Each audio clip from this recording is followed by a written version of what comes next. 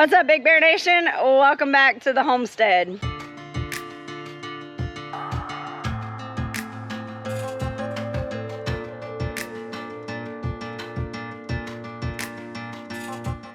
So this past few days has been interesting, to say the least, and it's been a true test of faith, and I wanted to kind of share it with you.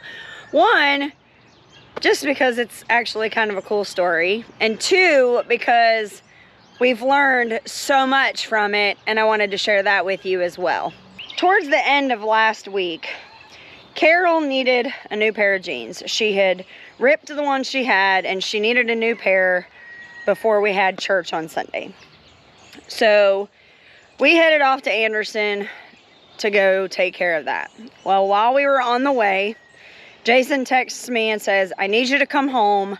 We don't have any water. So before I panicked, I asked him all of the questions. Did you check this? Did you check that? Yes, I checked all that stuff. There's a bigger problem.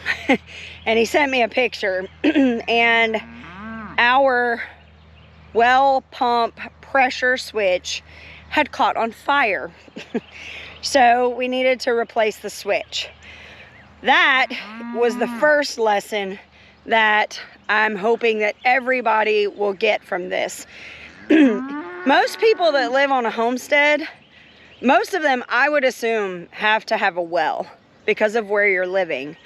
And so my first recommendation is make sure that you know what kind of pressure switch you have. I believe there is a 2040, a 3050, and a 4060. We contacted the guy that originally fixed our well when we first got here. The well pump had gone out. And so we contacted him, and of course he was like, well, just look on the cover. Well, if it catches on fire and it melts the plastic, you're not gonna be able to read that. So we tried to look back through things. We kind of figured that it's a 3050. But I think we're going to end up going to a 4060 just because that regulates the pressure at which it turns on and turns off. So first thing, make sure you know what kind of pump switch, pressure switch you have. So after we figured out what size pump switch we had, I grabbed that, came home. We installed the pressure switch. Everything seemed like it was doing fine. Well, what we then found out was that the pressure switch was a sign of a bigger problem, because within a day and a half, we had another problem. And that other problem was that our pressure tank was losing pressure. You see, we had checked the pressure when we put the pressure switch on, filled it to where it needed to be, and everything was fine.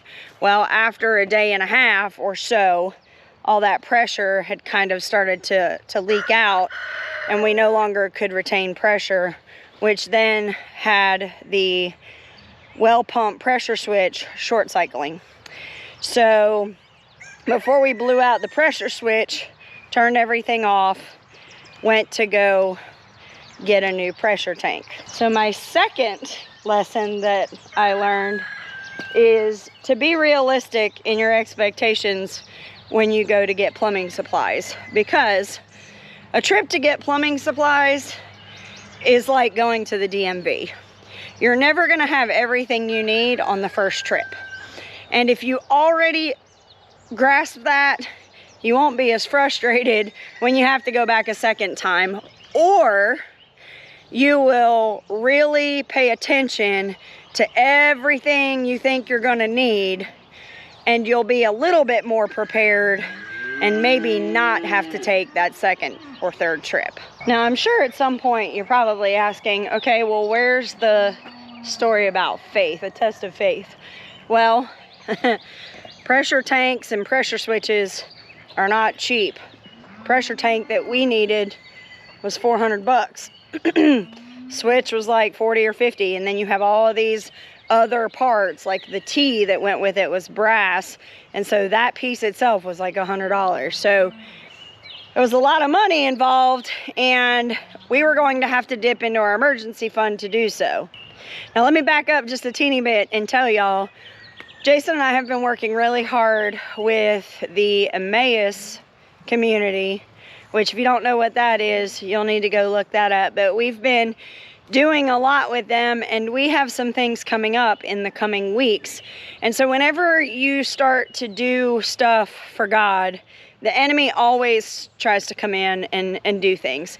So the first thing that happened was when I fell, I got hurt, and I'm starting to recover a little bit more quickly, so I should be okay by the time that I have to go do what I'm going to do. But then this whole water thing happened, and we needed to have this fixed before he has to do his stuff with the community. So money and time were a big thing. So we were gonna have to run to the bank, go to the emergency fund. Well, I just happened to take a look at our bank account, and our tax money had hit 2 days early. And the reason why it was that whole test of faith thing is that Jason was in his prayer closet, and he was so frustrated about having to go dip into our emergency fund because he knew it was probably going to pretty much wipe it out. And he said he was praying to God and basically telling the enemy, look, I serve a greater God than anything you can throw at me. You know, I'm not going to lose faith. And he said that right about that time, he heard my feet walking through the house. And I came in and I was like, hey, guess what? Our tax money is here. We can go get the stuff now. And so that was kind of a cool little thing where, you know, you basically say, I'm not going to lose faith. I'm going to trust that God has planned what he has planned, and I'm just going to follow along with that. And it looks like it was exactly what needed to be done, right? So that brings us to pretty much where we're at now. Yesterday, we installed the tank.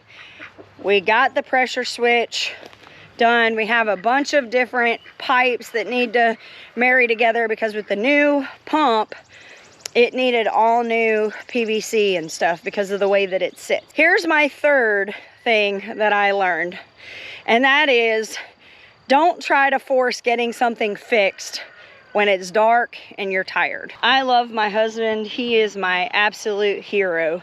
And he was trying so hard after several trips back and forth to get all the pieces that we needed. Now, we had decided to also replace the well pump control box. It was about $100, and since that money was in the bank, we decided we might as well just start with new parts. And so I looked around my area, and the only place that had that control box was Ace. So I went to Ace, and I thought I could get everything I needed there. Well, that didn't turn out well for me. So I ended up going to Home Depot to get the one last piece that they didn't have. Came back home, we started putting everything together, and I realized that one of the elbows that the guy had given me at Ace was threaded on one side, and we didn't need it threaded. So at a minimum, I needed to go get that piece. Well, then I also needed a slip connector. And so I ran back to Home Depot, came back, and it was dark. Well, we were on the home stretch, and we set up a light out here. We got everything going, cut everything, was just about ready to start gluing pieces together, and we heard a snap. And that was because when Jason was trying to push everything together and cut all the pieces, he leaned over on where the filter was, and it snapped. And really, to be completely honest, that stuff probably needed to be replaced anyway, because those parts are at least 10 years old, and that PVC bakes and cracks. And so it was probably just best for us, with putting a new pressure tank on and all of that stuff, to just replace those parts anyway. So we were fortunate enough that we were able to go and take a shower somewhere, come home, rest, And now we're starting our new day where all we really think we need is the filter. And I need one little connector piece that goes from the pipe to that filter. And now on the other side, there's already an existing one that did not break. However, I have learned, number 4, that if you think you might need it, PVC is cheap. Buy it anyway. You can always take it back. So a couple of tidbits on water. Little things that I didn't know, but now I do. It takes 2 2-liter bottles to flush your toilet from a number 2, and 1 2-liter bottle to flush after a number 1. Also, for our chickens, I have 4 or 5 waterers, quart waterers in there for all of my chicks. It takes anywhere from 2 to 3 2-liter bottles to clean those out sufficiently and fill them back up. I will also say that I learned just how important it is while you have water to make sure that daily you're cleaning those, because after not having it, I realized just how nasty chicks can be. They stand on the waters, they poop on them, and it just gets gross. So my one final thing that I wanted to share with you, which is probably the most important part that I learned from this experience, is that just storing water in 2-liter bottles is not going to prepare you if you're out of water for a day or 2. We have had rain catchment systems in the past, but like even the one on the chicken coop that we had, it was great, but since we've had the goats running around in there, there've been some busted pipes, and so pretty sure there's no water in there. Yes, I have a pond in my backyard, but who wants to haul that water up, bring it upstairs, bring it in the house just to be able to flush your toilet? So what I would say is definitely make sure that you have water stored that's easy accessible, that you're not having to open up 2-liter bottles and fill 2-liter bottles and store 2-liter bottles.